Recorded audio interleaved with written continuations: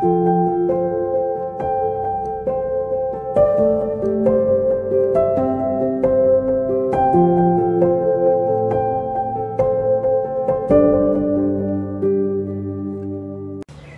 à tous et bienvenue pour ce temps de partage biblique. Ce matin, j'ai pensé à un texte qui m'a beaucoup interpellé et qui peut nous amener justement à une sincère méditation.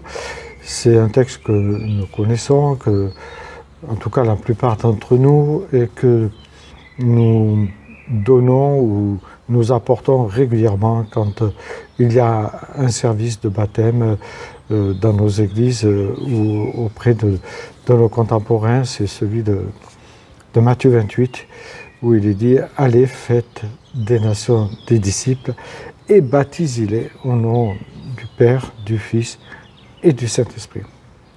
Et j'aimerais qu'on s'arrête sur ce mot « disciple ».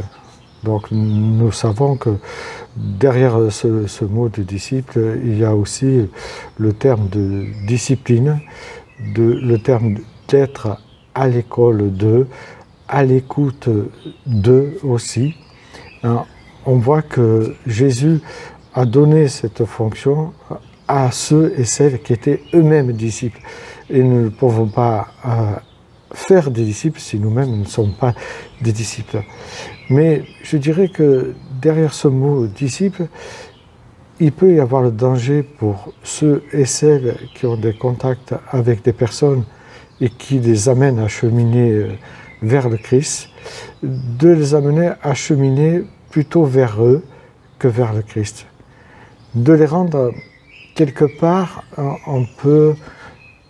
Le danger nous guette de les rendre dépendants de nous-mêmes, de croire que sans nous, ils ne peuvent pas aller au Christ.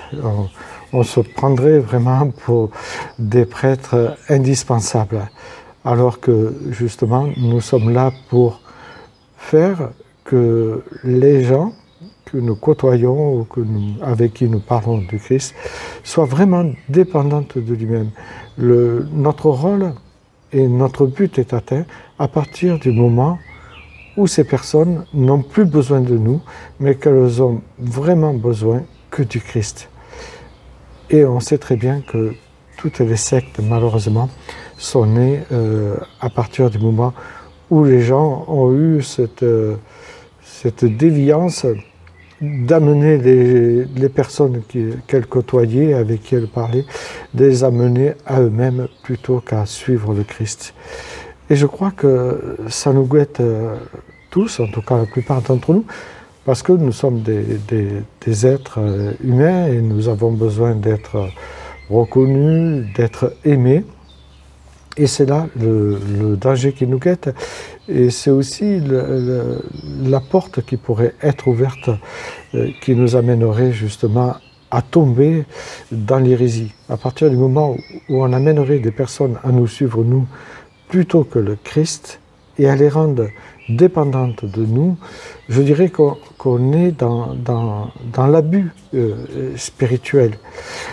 Et le grand danger serait que ces gens ne peuvent pas se passer de nous. Je ne dis pas que nous ne devons pas entretenir des relations aimantes et proches avec certains que nous conduisons au Christ, mais je dois dire que nous devons savoir faire ce qu'a su faire Jean le Baptiste. Il faut qu'il croisse et que je diminue. Et dans toute relation avec quelles que soient les personnes à qui nous parlons du Christ, nous devons savoir nous effacer pour que ce soit le Christ qui prenne toute la place. Et je dois dire que Jean le Baptiste n'a pas hésité justement à laisser ses disciples l'abandonner pour suivre le Christ.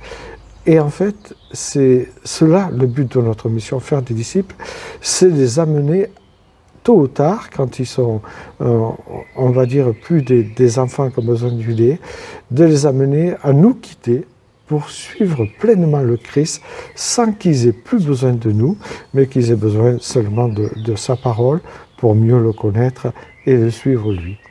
Et donc je vous invite vraiment à méditer cela et à nous poser les bonnes questions, nous qui peut-être avons des contacts avec les uns et les autres. Est-ce que nous les amenons à être disciples du Christ ou est-ce que nous avons tendance à les amener à être disciples de nous-mêmes? Je vous souhaite une bonne réflexion.